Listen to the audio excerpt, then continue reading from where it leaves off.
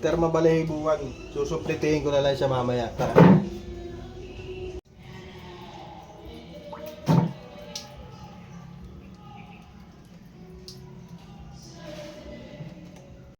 Sunod ko lang gagawin. Susuplitihin ko na para maliliit na balahibo yung matanggal, no?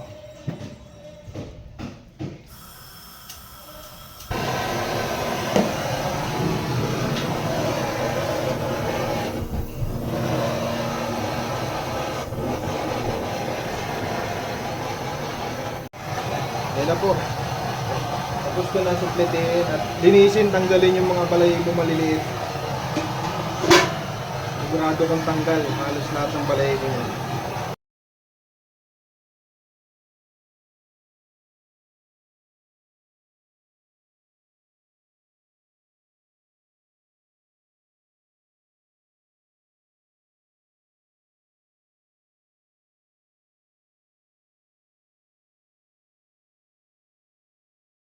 At ito na nga, natapos ko ng tartarain itong bibi.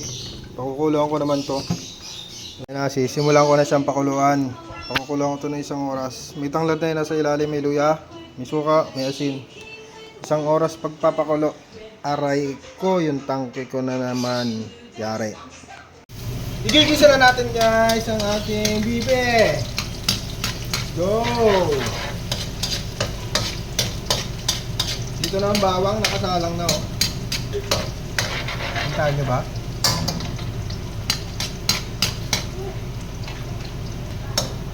Sibuyas.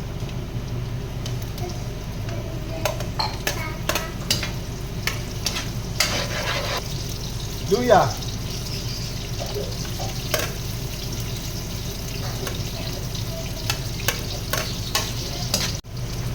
Sunod na natin itong pinakuluang karne ng bibe. 1 oras ko kung pinakuluan yan. Tinanggal ko na yung tanglad niya.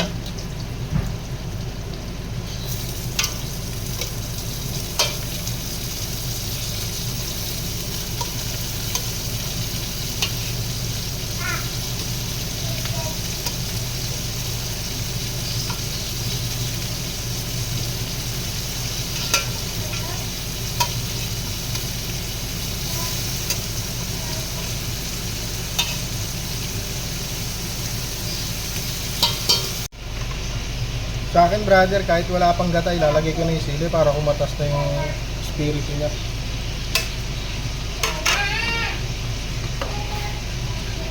Spirito ng sili.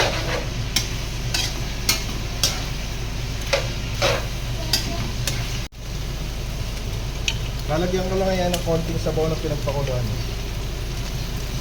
Okay lang. Ayan. Tapos na ako lalagyan ng gata. Kalahati lang munang gata ilalagay ko. Para pag naiga-iga siya konti, saka ko ibubuhos yung kauli ang gata.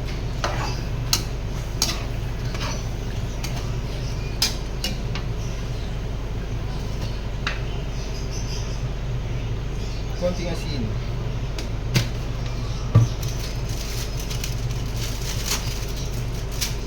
Natin ko lang itong magic sarap kasi marami ito.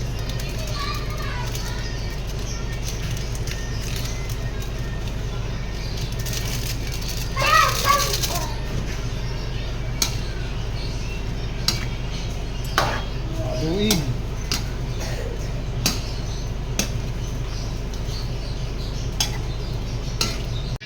Medyo naiga ng konti, ilalagay ko na yung kauli ang gata.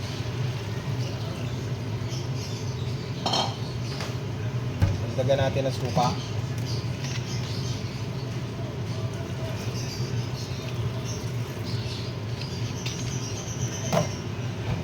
Takpan.